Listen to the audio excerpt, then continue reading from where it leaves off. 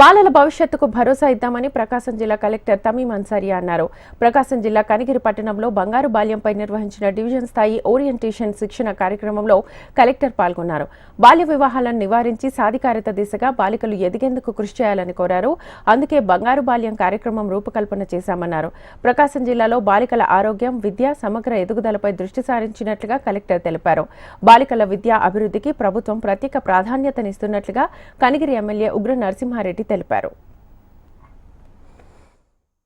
స్థానిక శాసనసభ్యులు MLA Kanigiri doctor ఉగ్ర నరసింహ. సో మీ అందరికీ కూడా తెలుసు, బంగారు బాల్యం మన డిస్ట్రిక్ట్ లో మనము స్టార్ట్ చేసి ఇప్పుడు ఇంప్లిమెంట్ చేస్తున్నాము. సో దాంట్లో భాగంగా వివిధ యాక్టివిటీస్ లాస్ట్ ఆగస్టు 29 ఆన్వర్డ్స్ చేస్తున్నాము.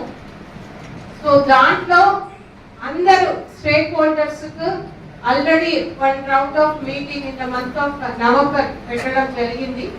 ఇప్పుడు డివిజన్ కే వెళ్ళి డివిజన్ వైజ్ అన్ని డివిజన్స్ కి కూడా అక్కడ ఉన్న స్టేక్ హోల్డర్స్ కు ఒక ఓరియంటేషన్ ప్రోగ్రామ్, ఈ ప్రోగ్రామ్ గురించి అందరికీ కూడా తెలియజేయడానికి ప్రత్యేకంగా ఈ ప్రోగ్రామ్ పెట్టడం జరిగింది.